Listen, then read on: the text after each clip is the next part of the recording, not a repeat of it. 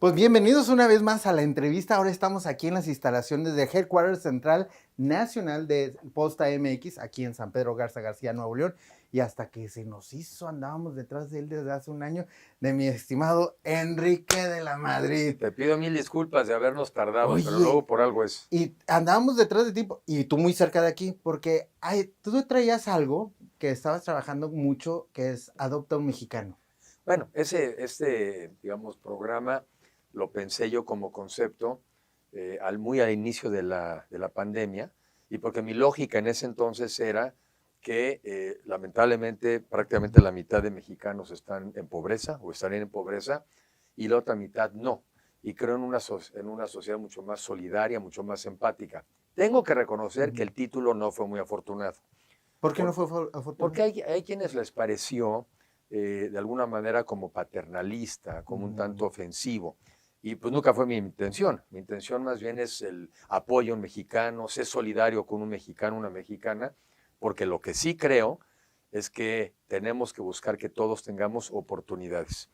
Incluso hay expertos en el tema de la pobreza que te explican que necesitan las personas sobre todo en pobreza, una jalada, un lanzar a la gente, un apoyarla para que tome la escalera y a partir de ahí pueda subir.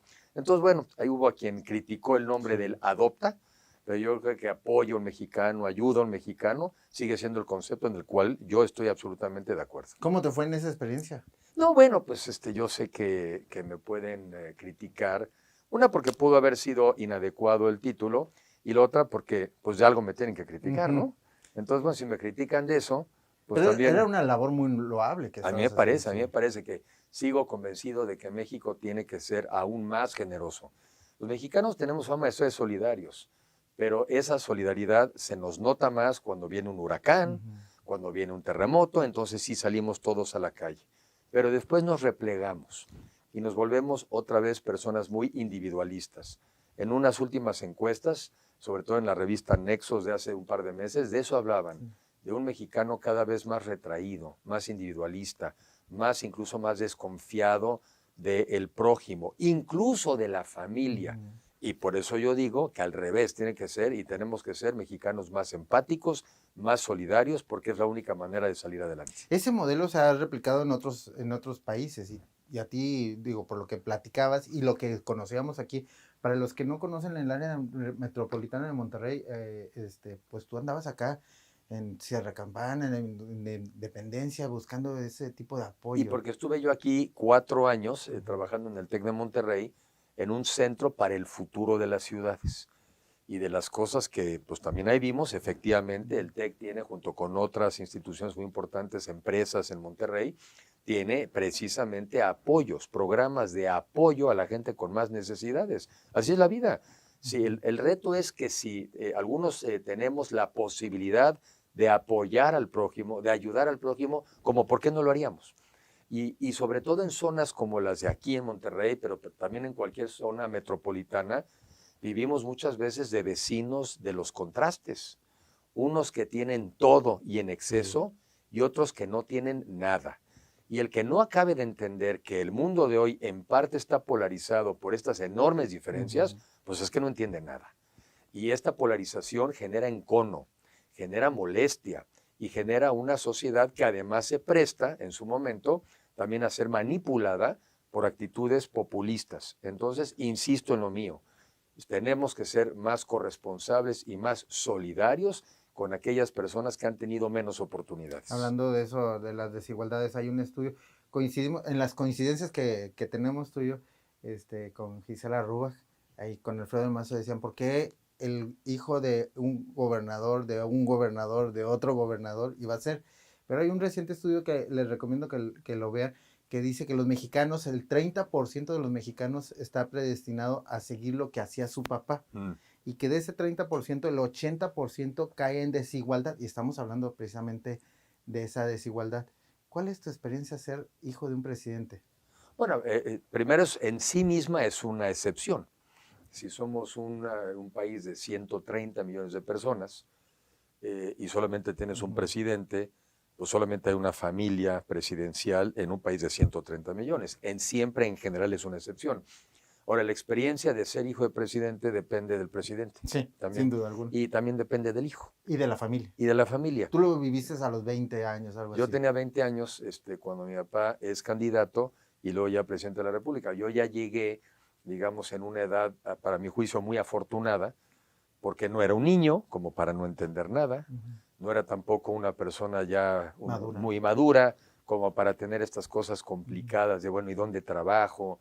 Que no se vea que hay favoritismo, que no hay nepotismo. Yo caí en la edad perfecta, en la edad en donde más bien me tocaba incorporarme a la universidad. Yo estudié Derecho en la UNAM, y bueno, pues mientras mi papá era presidente, yo era un estudiante de la Facultad de Derecho, con el privilegio, además, él también siendo abogado, pues de compartir incluso el interés por la carrera, en mi caso desde entonces el interés por el servicio público, pero bueno, yo también haciendo mi vida, porque finalmente esa experiencia era temporal, Sí. y yo sabía que iba a ser temporal, entonces cada uno la vive a su manera. Es una gran oportunidad de conocer al país, es una gran oportunidad de adentrarte en los temas, pero también si tienes o no la vocación. Pues yo no lo hubiera tenido y hubiera tenido otra, me hubieran respetado la que tuviera. Si hubiera querido ser dentista, si hubiera querido ser ingeniero, si hubiera querido ser economista, me hubieran respetado mi vocación. O sea, siempre nos respetaron a nosotros, a mis hermanos, de que cada quien se dedicara a lo que se quisiera dedicar. Es muy común en la política ver que entran con un matrimonio y terminan desquebrajados o con otras familias, pero tú no viste esa historia. ¿Y quién es para ti Isabel? Bueno, Isabel es mi esposa, con la que cumplimos ayer 33 años de casados. Digo, pobre de ella, ¿no? O sea, por mí muy buenos de esos 33. Y con los cuales tenemos... Habría que preguntarle. Habría que preguntarle. No, no le preguntes, yo creo que está muy contenta. Y con la cual tenemos 4 hijos, 2 hombres y 2 mujeres. Y esos hijos también son los que nos motivan, porque nos motivan a salir adelante, a trabajar para ellos, para que ellos también, como las familias, todos queremos que nuestros hijos salgan adelante. Todos queremos que nuestros hijos sean mejores que nosotros.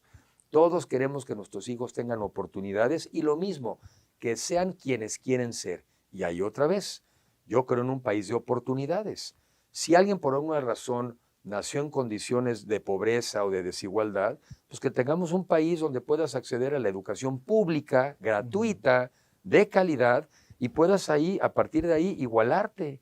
Y lo mismo un país donde tengamos un sistema de salud universal para todos, en donde si no tienes recursos, no importa, para eso está un gobierno, para proveerte esos servicios que debieran ser para todos. Entonces hay temas en donde lo que importa hoy en día en una sociedad no es donde naces, sino que tengas la posibilidad de prosperar. En Francia traen ahora muy el tema precisamente de que el problema no es tanto la pobreza, no es tanto la desigualdad, sino la falta de movilidad. Lo que importa es que te puedas mover, que puedas salir de donde naciste.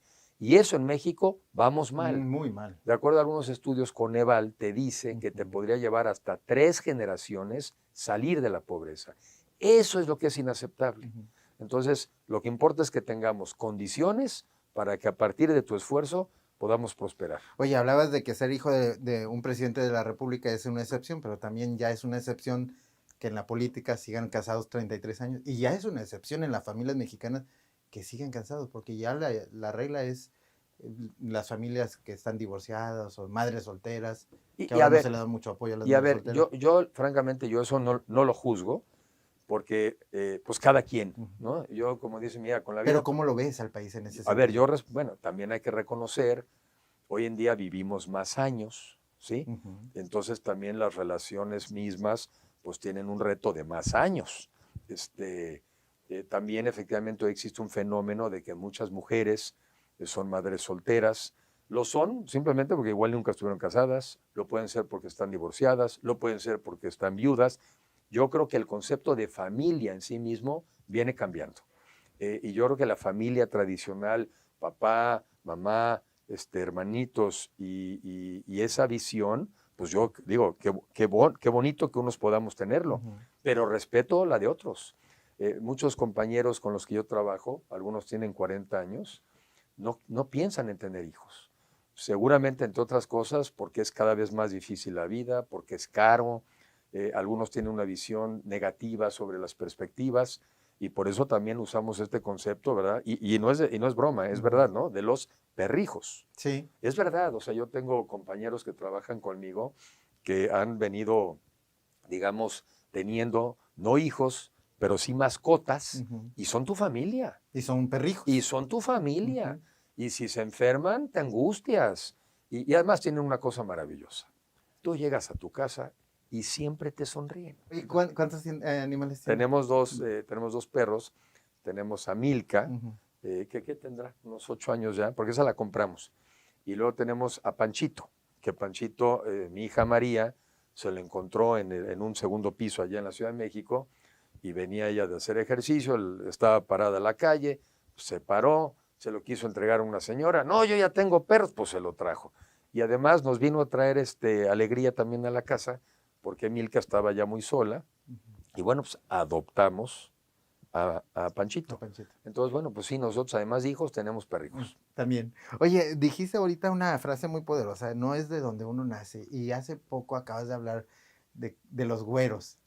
Y hay güeros en las sierras, sobre todo en la Sierra Tarahumara, en Sinaloa, hay muchos güeros, no se diga aquí en la Sierra de Santiago, pero también hay negros. Sí. La Sierra Alta de Guerrero, Sí. Sobre todo la zona de Pinotepa, allá en Oaxaca. También es un compromiso eso de igualar el país. Pero sí, lo que no nos vamos a igualar, eso sí te puedo asegurar, no nos vamos a igualar en color, porque eso somos como somos. Lo que nos debemos igualar es en oportunidades. Y sí, efectivamente, en México hay muchos lugares del país en donde, yo no sé si sea verdad o no, pero cuentan luego la historia de que cuando vinieron los franceses a algún lugar se perdió un batallón y por eso aparecieron ahí en los altos de Jalisco. Parece que no es verdad. En mi caso, lo rubio viene más bien del lado de mi familia paterna, en donde un tatarabuelo, llegó de Alemania. Llegó a Alemania, y eso lo volvimos a aprender ahora, o de reaprender ahora que estuvimos en Colima, pues porque como resultado también de la emigración. Ahora, ¿quiénes eran los que emigraban? Pues como los de ahora, como los mexicanos cuando emigran a Estados Unidos. ¿Quiénes son los que emigran? A veces los más aventureros, los que toman riesgos. Entonces, yo soy como soy, alguien habrá escogido que así fuera yo, y yo como soy, con esto vivo asumiendo, ¿no? ¿Me hubiera gustado un poquito más de color? Sí, porque además es una friega con el sol mexicano que es muy fuerte. Pero yo no creo, en lo que sí no creo, es que nadie sea ni superior ni inferior a partir de su color de piel, a partir de su origen. Y en un evento reciente que estuvimos en el PRD, me gustó una frase que era de Berto Castillo y que dijo, no importa de dónde venimos, lo que importa es a dónde vamos. Y yo creo que ese es el reto que en México hemos tenido desde hace tiempo. No queda claro a dónde vamos. Y yo por eso propongo que vayamos a un país de oportunidades, a un país de clases medias, digo yo, pero para ponerlo más sencillo, ¿qué es eso? Un país de oportunidades, donde puedas tener acceso a educación de calidad, donde tengas acceso a seguridad, a educación, a empleo. Es un país de oportunidades. Y entonces sí, a partir de tu trabajo y de tu esfuerzo, llegas a donde quieras tú llegar, pero porque tuviste la oportunidad. Lo que no es justo, y sí se puede arreglar, lo que no es justo es no tener oportunidades. Y ese es el país que yo creo que tenemos que construir, el país de oportunidades, y no perder el tiempo en de dónde venimos. Realmente la gran discusión es a dónde vamos. Y no es poco lo que digo, y voy a poner ejemplos. Hay quienes piensan hoy, por ejemplo, desde el gobierno federal, pues que, ¿para qué queremos democracia si hay una persona que sabe todo? ¿No? Sabe todo. Y entonces sabe a dónde dirigirnos y a dónde llevarnos y sabe cuál es nuestro bien. Yo no creo en eso. Yo creo que en la democracia cada quien puede escoger su destino. Creo en el diálogo. Yo creo en las libertades. Creo, por ejemplo, en una economía de mercado. Estoy en un lugar, estoy en Monterrey, ¿verdad? Un lugar de emprendedores. Ahora resulta que vas a tener a alguien que te diga a qué te vas a dedicar, o pero otra vez un gobierno, como los tuvimos en el pasado, que crean que es el gobierno el que maneja la economía. Esa es una visión absolutamente retrógrada y en nuestro país eso nos llevó en su momento a la quiebra.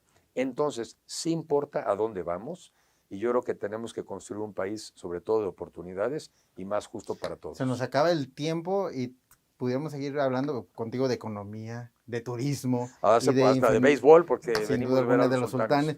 Pero yo quisiera preguntarte, ya para finalizar rápido, entonces, ¿a dónde va Enrique? Enrique va pretendiendo encabezar, ser el responsable de la construcción del Frente Amplio por México para poder unir a los mexicanos por el mejor México posible, porque además es ahora o a esta generación no le toca ver ese México posible. Y Enrique también está muy preocupado de las tendencias en el mundo hacia regímenes populistas que acaban generando dictadores a regímenes autoritarios y donde los que salen perdiendo es la población a la que se dice que le iban a ayudar.